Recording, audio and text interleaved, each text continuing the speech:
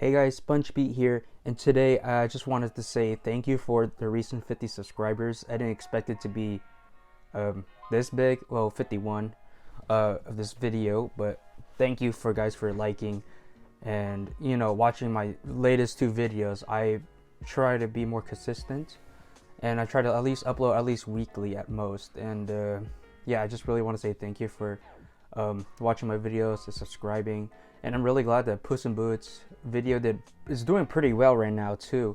And if you guys have any more suggestions on what movie or TV show I should review on, let me know. In my next video, I'm thinking about making a video about SpongeBob, and it's probably gonna be. I made a poll on my Instagram that's gonna be on season 1, and so yeah, I'll probably get that video by next week, maybe a little bit later, post Friday. But yeah, we'll see what happens. And then yeah, I just want to say thank you, and thanks for watching. So back to the video. Guillermo del Toro's Pinocchio is my new favorite Pinocchio interpretation. And to be honest, I only seen one Pinocchio movie, which was the original 1940. Out of the 3 Pinocchio movies that are coming out in 2022, this is definitely the one I was the most anticipated for, though I haven't really seen any trailers about it. I just heard Bionic Pig talk about it, so I was just curious what was it about. And to be honest, I wasn't really too excited about the movie. I was like, oh cool, another Pinocchio movie. And when it finally came out, it took me at least 2 weeks to watch it after it came out. I wasn't aware of it, that it came out in early December, so I was kind of late to the party. But I decided to check it out, and oh my gosh, it's super good and a really amazing movie, I'll be honest. And we're gonna break it down right now. So the movie follows Geppetto and his son Carlo, and within the first few minutes we see Geppetto graving Carlo's grave, and then the movie cuts to before his death, where you see them spending time as father and son, and establishes the relationship, and we see them working together. Geppetto teaching him different techniques to wood carving and about the pine cone, which is foreshadowing for later. However, one of the projects Geppetto was working on Christ, a plane bombs the church where they were working, and Carlo was in it, and then he died. He sadly died, and I was really shocked about that. About the same time, I'm really glad they showed that part to emphasize the tragic death. We are then introduced to Sebastian, the Jiminy Cricket of this movie, and played by the wonderful Ewan McGregor. And it turns out, he was narrating the introduction of the story, and we could see him just chilling in his new house in the new pine tree that Geppetto planted, and you see him looking over Geppetto, grieving over Carlo's grave, and you can tell through the time he's been grieving over Carlo for many years. And out of a drunken state, Geppetto cuts down the pine tree, uses the wood to make essentially a Pinocchio. Geppetto goes to sleep, being drunk as hell, and then the wood sprite comes by, which is essentially the blue fairy in this story. And I really love her design. It's really unique, and I like it's just not a human figure, but but it's similar to a human figure, but it has wings and feathers and all that. It makes it different enough, and I really like that idea and that creativity when it comes to that character design. And essentially gives Pinocchio to life. And Sebastian said, "What are you doing to my house?" And she basically gave him an offer, I can grant you any wish as long as you watch him, and he becomes a good person. And he takes the offer, which is foreshadowing for later. And next morning, Geppetto finds Pinocchio alive and creepily scurrying and crawling all over the place. And you also get to see Pinocchio exploring the house and the everyday items, and I really like that scene. Just hey, what's this?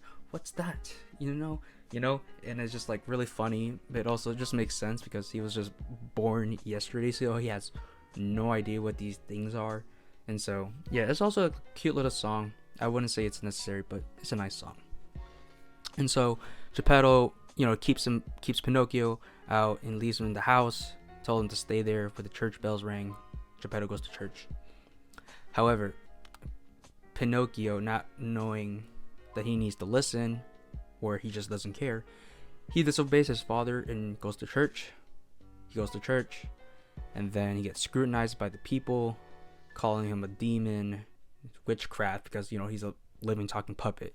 And so then Geppetto takes him home, shaves his nose off, telling him, "Hey, you lied earlier, and the more you lie, the more your nose will grow."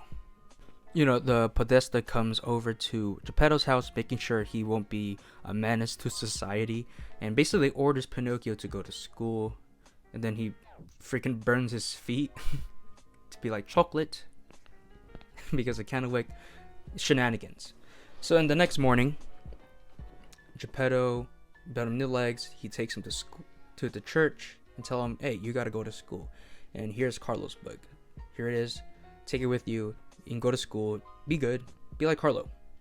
That's all he says to him. And Pinocchio goes to school. But after a talk with Sebastian, he doesn't want to go to school anymore. And then he greets with Count Volpe and Spazzatura. So Count Volpe introduces himself to Pinocchio and basically says, "Hey, why don't you want to join our circus? Perform for us and you'll get everything you ever wanted. Candy, popcorn, and hot chocolate," or whatever. The temptations of sweets and everything. Pinocchio is like hesitant at first, Sebastian telling him, "Hey, you shouldn't do that. You should go to school." But, he doesn't listen, and he ends up going to Count Volpe and performs his little song, basically. Geppetto finds Pinocchio and confronts him about it and is saying, "Why didn't you go to school? I thought I told you to go to school." And Pinocchio just tells lies, dozens of lies. And Pinocchio doubles down on his lies to the point where his nose would grow into like a full branch of a tree and just having pine cones on there. And then when Volpe sees his father, they try to take him, go back and forth, like who owns him and stuff like that.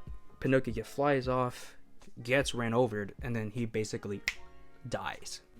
So after Pinocchio dies, we see him in this little limbo middle area of life and death, and basically meets the personification of death. And through her, we learn that Pinocchio has a borrowed soul. And because he has a borrowed soul, he can't necessarily die like everybody else does. He's basically immortal, which I really like the idea, where he just doesn't regenerate, or he just doesn't die at all. But he has unlimited lives, but the more time he dies, the longer he stays in that limbo area until he comes back. So we then see Pinocchio come back to life, and basically everyone's like, "Oh, Pinocchio, he came back to life. He's immortal." And through that scene in the little hospital or the morgue or whatever, basically Count Volpe says, "Hey, if he doesn't work, man, you owe me a million lire." And Podesta's like, "Hey, your boy's immortal. He gotta go to war now." And then basically Geppetto takes Pinocchio back home, just complaining about now he owes millions of dollars, and he has to send Pinocchio to war. And Pinocchio doesn't understand the gravity of his consequences. Well, not necessarily his consequences, but the situation he is in. And through his anger and frustration, Geppetto calls Pinocchio a burden.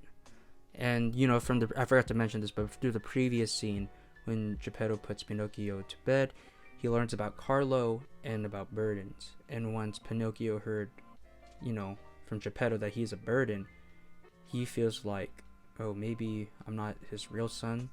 And for Geppetto to not feel that pain anymore, he's gonna go to work for Volpe so he can pay off his debt and not go to war. And so he leaves his home and works for Volpe. And yeah, we then see Geppetto wake up from his bed and say, "Son, I didn't mean to say what I said. I was just frustrated." But then he finds him not there. He goes to that previous night where the circus was, and they're gone. And it basically, Sebastian just destroys Geppetto of how bad of a father he is, and like calling him a burden and stuff like that. Like, dude, he is like your second chance of, you know, having a second son, and you threw that away. And I love that he had to point that out to Geppetto. And so then when Geppetto heard that, he decided to go, oh, I need to go after my son, and that's what he does. Through performing the several acts for Volpe, Spazzatura begins to feel jealous because he's not the main star and not getting the recognition. And so Spazzatura is basically trying to convince Pinocchio to, like, hey, I think Volpe is taking advantage of you, and he's not sending money to your dad at all. And not because he cared about him, it's because, like, hey, you should probably leave so I can take over, and Spazzatura himself is better. But then he was like, Pinocchio's like, no, you're lying. But you see in the background, Volpe was like listening in, watching. I was like, all right, what is this monkey doing? And so, yeah. So we see Volpe interacting with Spazzatura. It's like, hey, what the hell are you doing? Why are you telling him this crap? He needs to stay here. He needs to perform. He needs to make me money. And it basically like beats the crap out of him. And then when Pinocchio overhears this, he goes in, defends Spazzatura despite what he said to him and stuff like that. And I think there's a great character moment for Pinocchio of defending him, just standing up for Spazzatura as his co-star, even calling him that too. And through that kindness, we see, you know, Spazzatura just maybe rethinking. Like, you can see in his eyes and his facial expression that, like, maybe this kid isn't bad after all. You know, and I love that moment between those two characters. We then go back to Pinocchio and Count Volpe, and basically preparing to perform for Benito Mussolini. And out of like vengeance or whatever, Pinocchio thinks of this crazy plan with Spazzatura and basically mocks Benito Mussolini in their performance, calling him poop and crap and he's a baby and all that. And then after that performance, he was like, I don't like it. Shoot him. And then in a dark joke, when Pinocchio gets shot and goes back to the underworld, it was like, it's a funny joke, but at the same time it's just insanely dark. Like, what the hell? By his second death, he interacts with Death again, and she basically explains to Pinocchio, hey, you may be immortal, but the people around you aren't. And so having like immortality may be a burden for you because you have to constantly see people die around you, and Pinocchio doesn't understand that, in which, you know, he's a child, he was just born like weeks ago and stuff like that. And I think that's a good lesson for him to like maybe acknowledge for like later on. And I love that foreshadowing moment for him for later on in the movie, and I'll explain probably like that later. Pinocchio comes back to life again, and he wakes up in like a truck where the Podesta is like, oh great, I knew you were still immortal, but now you gotta go to the military. And so basically he goes to the boot camp, gets settled there. He interacts with Candlewick once more, and I really love that interaction between them when they're like sitting, you know, laying in bed together. I mean, not together like that, but you know, from, you know, side by side, but like basically just talking about their fathers and how Candlewick wants to be, you know, be loved by his father, and how he wants him to acknowledge him. And he basically says, I'll make him love me, I'll make him notice me and stuff like that. And he's basically saying, oh, I love freaking war because, you know, that's all his father cares about. Also within that scene, I like that moment where Pinocchio talks to Candlewick and telling him, you know, despite what our father, you know, said to us about being like burdens and being a coward, they, you know, deep down they still love us and they don't really mean what they say. And I love that idea, you know, what he learned from Sebastian, he told Candlewick, and it really shows how far and how much he has grown as a person. You know, and I really love that character development, and he's sharing his from what he learned to like another person, and that really helps Candlewick be in a better mood and became like closer friends.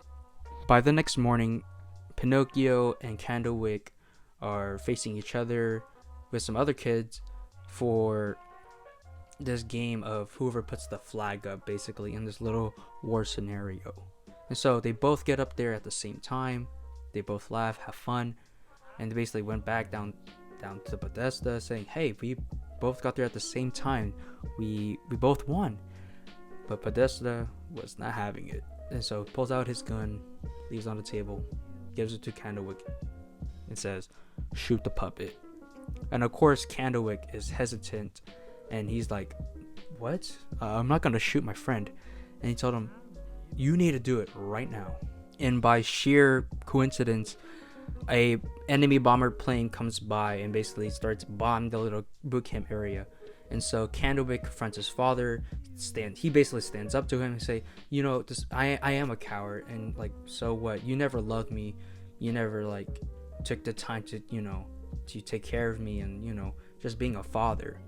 And then Podesta basically told him, you're right, you are a coward. You're no son of mine. And so he threw his Candlewick across from him and is ready to shoot Pinocchio right there and then. But in order to save his friend, Candlewick shoots his father with the little paintball gun, and basically Podesta like fumbles over. He gets stuck, and then by chance, some random one of the bombs just lands right in front of him. So you can just say, like, through his ego and arrogance, that's what it got him killed, basically. And through that bomb, Pinocchio flies away, and he lands some random spot somewhere. And then for some weird reason, Count Volpe and Spazzatura are there, and they just randomly found him there. That's like one of the most confusing parts of the movie because of that. And it's just like, it's just a major coincidence that Count Volpe just happens to know where he was, and he just happens to land right in front of them. Pinocchio wakes up and he sees he's tied up to like a pole, and you see Count Volpe just being hella mad about what happened. He basically lost everything, and so out of his vengeance, he's going to burn Pinocchio. But out of like guilt and, you know, like a redemption, Spazzatura saves Pinocchio basically, and while they're fighting and getting Pinocchio free, the cliff falls apart, and then Pinocchio, Spazzatura got out lucky, just hitting the water. Count Volpe, not so much. We then see Pinocchio and Spazzatura stranded in the ocean. However, they get, you know, eaten by the whale we saw earlier, and Pinocchio finds Sebastian and his father and reunite. And so, in order to escape, Pinocchio lies to, you know, make his nose grow, and make a little huge ass branch, and basically walked over and then tickled the nose, whatever, and then sneezed out of the whale's blowhole or whatever. I don't know. It was weird. But they got out. They're getting chased by the whale, and in order to save, you know, his family, Pinocchio sets a little ocean mine or whatever bomb thing, and then the whale dies, and then also Pinocchio dies. Pinocchio begins to be desperate as he needs to save his father immediately, but as it is established, is that the more time he dies, the more he needs to stay in that limbo area longer. But at this point, he doesn't care. He needs to get back. And so, in order to save his father, Pinocchio gives up his immortality and is brought back into the living world. And so, Pinocchio comes after Geppetto. However, by doing so, Pinocchio dies again, but this time he won't be coming back. Geppetto comes to Pinocchio's body, expecting him to come back, you know, again, come back to life again, but he's dead. The wood sprite came to see Geppetto again, and basically telling him, hey, he gave up his immortality for you, and since he's a real boy now, he can come back to life. Sebastian basically explains, you know, out of grief, is that Pinocchio became a good boy, a genuine good person. Like, he helped out others and even sacrificed himself to save another. And so through that thought, the wood sprite granted Sebastian's wish to bring back Pinocchio back to life. And that moment, he comes back to life. I love this moment where Geppetto basically tells him, hey, no matter what, you will always be my son. And you don't have to be Carlo. You just got to be your own person. And, you know, stuff like that. And that was like that moment, like I cried. I got very emotional. And there's a few movies that made me cry. But this is one of them. I'm really happy it made me cry. At least like twice. Twice. And Pinocchio comes back to life, you know. And basically, Geppetto, Pinocchio, Sebastian, and Spazzatura come back home together as a family. But then the movie keeps going, and it basically says, you know, Sebastian narrating their lives to the very end. So basically, Geppetto grew old, he died. Sebastian also grew old, died, same as Spazzatura. And basically, Pinocchio, he never aged, and basically buried all of his, you know, his family. And it's a bit of a bittersweet ending to, you know, to teach Pinocchio and the audience to that not everything lasts forever, but, you know, as long as you keep them in your heart, they'll always be there forever. Hey guys, so if you notice, my lighting is a little bit different. I decided to, this is my day 2 of recording, and so it's gonna be a little bit different, but we're still gonna talk about the same thing. And also, I got tired of holding my mic, so I grabbed my extended ruler to help me carry it instead of just holding the mic like this all the time. And yeah, the aspect I think it's probably the most important part of this movie is the stop motion. And the stop motion and the direction and the style of it, perfect. I love it. It's different. It's distinguished from other stop motion animations. I love the different designs they have for each character. They look distinct. They look great. Sebastian looks great. I love even the design of Pinocchio. I love how he's just a unpainted wooden puppet who is, you know, not exactly perfect in proportions and everything else like that. And I like that detail, how he's imperfect, an imperfect boy as a, you know, as a puppet and stuff like that. And I also like the stop motion where it never feels like it took me out of the movie, and I actually feel 100% immersed with the film and stuff like that. And yeah, I'd also like to say about the lighting. The lighting looks really nice. The really good tones of blue and like yellow, and then like really cool sunsets like with the orange like towards the end. And the sets are very wide. It's pretty big for a movie, and I like that how the world building is really explained through the scenes and the visuals and stuff like that. But yeah, I would say the visuals and the stop motion is really good. I don't exactly know how to fully explain it properly, but I just want to say it looks good. It looks amazing. It looks good. And yeah, that's my thoughts on the stop motion and the animation. Another aspect the movie does really well, it's its themes and tone. And so what I mean by themes and tone is that like the movie like never holds your hand about its messages or bonks you over the head over it, you know, like I explained in my previous video, like how Wreck-It Ralph like ruins that whole freaking message and stuff like that, where it takes its time to explain its themes and messages by through like smart dialogue and like questions like from Pinocchio about like when he's asking, hey, what happened to Carlo? How could he be gone if he's a boy? How are he gonna go missing? But then Sebastian tells him, you know, people die and they don't come back and stuff like that, and tells him about burdens. And it's really great that it takes its time to tell its story, tell its themes and stuff like that. And I really like that. And through this film, there's like multiple themes that I got out of this movie, you know, like father and son relationships, you know, exploitation of like others and stuff like that. And you know, it's not exactly a kids movie, but you could definitely watch it with your kids. You know, there's like aspects of it, like it could be playful and silly, but for the most part it's mature. It takes its time. The pacing is really good too.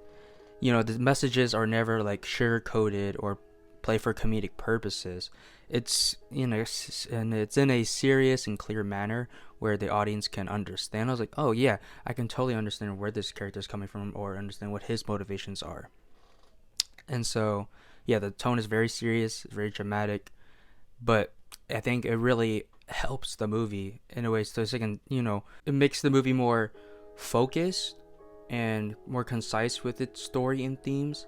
And yeah, like I said before, it's really good. The movie never pulls its punches, and the fact we get to see, how Carlo dies and how Geppetto is grieving and stuff like that. I think it's really good. It's great storytelling. That's how it's supposed to be. And so yeah, so you can like connect to the characters, connect to the things, and then you think about, what the movie has told you. That's, I think, what most movies should be, is to, what do you get out of it, out of that movie, besides like, entertainment sometimes, and I think this movie served its purpose well to teach kids, about the relationships with their parents, about life and death, and other things that comes in mind, and stuff like that. Pinocchio is a really good main character. I didn't know what to expect, but after watching this movie, I'm like surprised how much I cared about Pinocchio and how much he grew into his own character. I never found him annoying or anything like that, or anything that felt out of place. I think he did this character very well, and how when he is like first born, he's very imperfect, and how he like constantly breaks things. He disobeys. He even lies within like the first few like hours of life he has, and he's just not that aware of his like surroundings and scenarios he's in. And it just makes sense because he's a living puppet. He was just born, and he's exploring new things and stuff like that. And I also like love the journey he goes through. Like, he generally actually learns like how people can be mistreated, and he learns about burdens and how people can die and stuff like that. These are really like heavy things for like for like children, and for Pinocchio to be born like immediately, like days ago, and he has to learn all these things, and because of the short time of the movie. But it's I love those scenes where he gets to learn and gets like lessons, I guess. And although he acts bad, it's not like intentional. And throughout the film, he slowly gets better. He gets a bit more he starts to be like well behaved, and then generally becomes like a good person. And like through his own actions and what he learned, he began to like help out others, such as Spazzatura and Candlewick, and basically tells them the lessons he learned like towards them and stuff like that. And I think this is a great movie to show kids to like to be good, despite there's like being bad in the world, that you can still be good and help out others and stuff like that. And yeah, Pinocchio is a really good character, really well done. I love how he's not exactly a perfect person in the beginning, but then slowly towards the end he becomes a good person, a good boy. And yeah, Geppetto is a very tragic character, more than nothing like compared to the Disney version, for sure. And what makes this version a bit more tragic is we get to see him lose his son, Carlo. And like within like the first few minutes, you see him grieving. I was like, hey, what's he grieving about? Oh, his son. And then it cuts away to a flashback where he's spending time with his son, Carlo. And we see him like spending time with him. He's playing with him. He's teaching him wood carving stuff. We see him helping his father, and it establishes, hey, he got a loving son. He loves him. And so then later, when you see him, just die, it just hits harder, because that like Geppetto loves his son and their relationship, and so that impact was when he dies, it just hurts more. And when you see him like grieving, later in the future, it just makes more sense, and it's just, you feel more sympathetic towards him. And so yeah, and I really love that, because imagine we didn't have that scene and we just cut to Geppetto grieving and then cutting down the tree. Like, Imagine we didn't see that, and it just wouldn't make any sense. And I was like, oh, he's sad about his son, and okay, he's cutting a tree down, and without that context, I don't think it would be as effective. And I think it's a really important part of the movie to show the establishment of the relationship between Geppetto and Carlo. I also like how when Geppetto finds Pinocchio come to life, he does immediately like accept him, and he's just terrified as hell to see his puppet like come to life and stuff like that, and telling him, oh, hey, I'm your dad, I'm your son. And I'm like, no, you're not my son, I'm not your father, and stuff like that. And I like how in the beginning it's like Geppetto's like, oh no, I gotta take care of this living puppet who wants me to be his father. And I like, it's not a perfect relationship in the beginning and stuff like that, and it takes a while for Geppetto to warm up to Pinocchio, as he was still grieving his son, and he still sees Carlo as his one and only son, and for him to be replaced by a puppet is just inconceivable to him. And then he has that weird idea of Pinocchio trying to be like Carlo, and he's like, throughout the first half in the movie, he's like, why can't you just be more like Carlo? And he's always comparing Pinocchio to Carlo, because that's who he used to be with. And I think it's a really interesting relationship with Pinocchio and Geppetto, because like it just shows how imperfect Geppetto is, and how he's still struggling to move on and accept Pinocchio as his new son. In that moment when Pinocchio sees him and he dies, it's very heartbreaking, because how much struggle Geppetto has been getting over Carlo, and to finally see Pinocchio as his son, it's very heartbreaking. And the fact, like, the moment that he accepts him, he's gone, and it really solidified the idea to never take your family for granted, as they could be gone in a moment. And I love, like, towards the end of the movie, he tells Geppetto telling Pinocchio, you can just be whoever you want to be, you don't have to be Carlo, you're not Carlo, but you just be your own person, and I will always accept you and love you for you to be you. And that's what he does. And then Geppetto just dies at the end of the movie, and yeah, it's a bittersweet ending for his character. And so yeah, Geppetto, a really great version in this film, and very deep, very tragic, but yeah. So instead of Jiminy Cricket, we got Sebastian J. Cricket, and I think he's a great addition as well. He's pretty funny, but at the same time, I think he's also a good role model for Pinocchio's conscience. And I like, in the two scenes where Pinocchio goes to bed, Sebastian talks about what happened to Carlo and what our burdens are. And I think Sebastian is a really good, like, character for Pinocchio to look up to and get information from. And it teaches not only Pinocchio, it also guides the audience, the kids, whoever's watching this, to teach about these things, because like I don't think parents will talk about like what the hell burdens are and death like that. So I think this movie is a really good interpretation of those ideas through a film and stuff like that. I have like one gripe about Sebastian, and is that he didn't spend enough time with Pinocchio. He doesn't stay with him throughout the film, and so basically Pinocchio just makes him stay within a cup, and just put a hammer over it. He's like, oh, I guess we got to stay with my father now, and so he dips. And I think what the Disney version did a bit better was have Jiminy Cricket have Pinocchio with him through his journey throughout almost the whole way. He would usually like leave Jiminy behind, and then he would just come back and just be around him and stuff like that, and guide him still. And I wish Sebastian did a little bit did that a little bit more. But for what he is and what he does, he's a great addition to the story. Count Volpe is a great villain, and played by Christoph Waltz, and I think that's one of the main reasons why he was like one of one of the memorable characters in this movie is because of his performance, and I like how very charismatic and like silly and goofy he is as a character and stuff like that.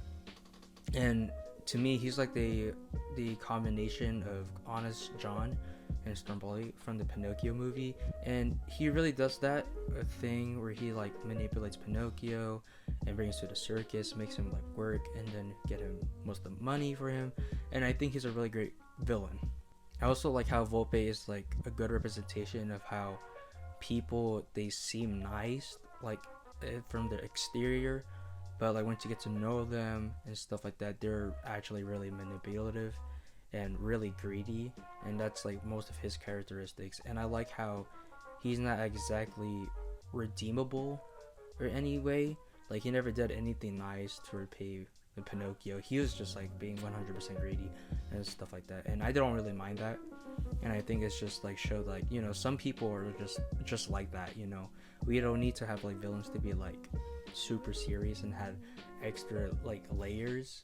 I just think it's a great obstacle for Pinocchio to go through and stuff like that. And I feel terrible for Spazzatura, as you know, he's manipulated to work for Volpe's, and when he had that confrontation with him, he basically said, I shouldn't have saved you from that cage, I should have just let you rot and die. And it's just like guilt tripping Spazzatura, and it's just like terrible.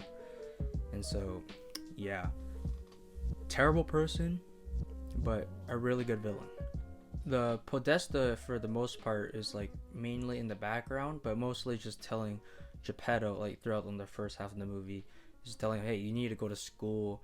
And basically the movie just tells like what his values are, especially at that time, as in like Benito Mussolini, and like, you know, fascism was like the new thing, right? And he, like, through his like dialogue, we get to learn that how he's not into like free thinkers.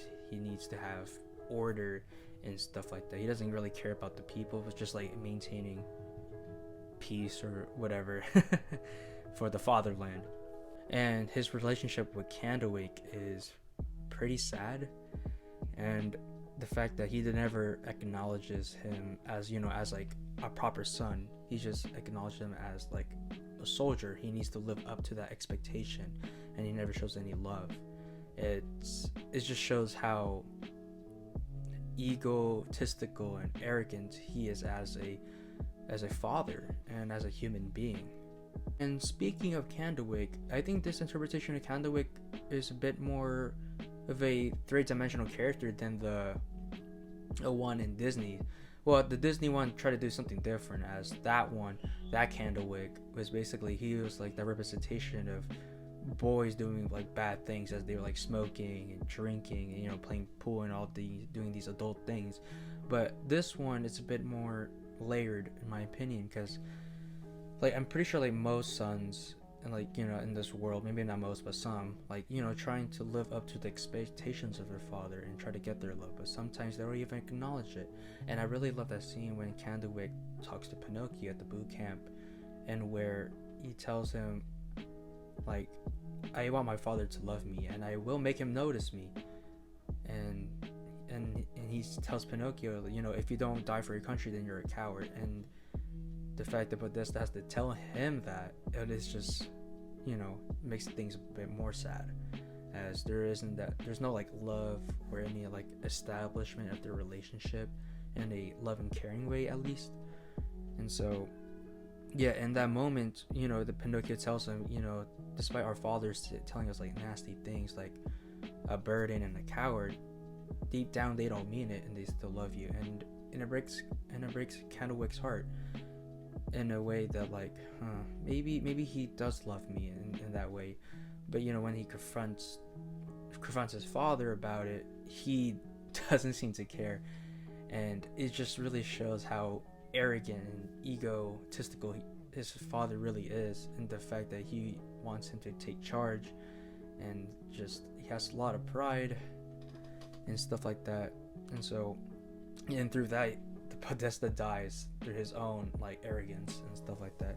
And Candlewick is a really redeeming character. He's very layered, and I think he's a great is a great character to parallel Pinocchio and their relationship between, their fathers. And yeah, Guillermo del Toro's Pinocchio is definitely one of my favorites, if not my favorite movie in 2022. And I love how this interpretation is, it has similar beats to the original story, but also different enough to have its own creativity and different themes about it. And I just like how it's just different, and it explore and experiments like with different things and stuff like that. And with its very grounded and serious tone, I think it really helps out the movie a lot, so it can like tell its message and tell its message for the audience, and like leave them thinking about the movie and think about what they're talking about in their themes. And overall, the stop motion is like pretty good. It's perfect, it's fluid, and the style of it's pretty interesting, and it stands on its own. The characters are enjoyable and entertaining to watch, and it's very fulfilling to from beginning to the start, especially from Pinocchio to grow as a boy to be misbehaving to a generally good person who learned to respect and sacrifice himself for others. And so it's a great adaptation of Pinocchio. Highly recommend watching it if you already watched it. I watched it at least like 3 times, and so far for every watch I enjoy it as much as I did the first time. And so yeah, it's not a perfect movie, but in my eyes it's a perfect adaptation and a really good Pinocchio movie to watch. So did you like it? Did you not like it? Let me know in the comments below. Is it overhyped or underrated? I generally want to know other people's thoughts about this movie. And yeah, see you next time.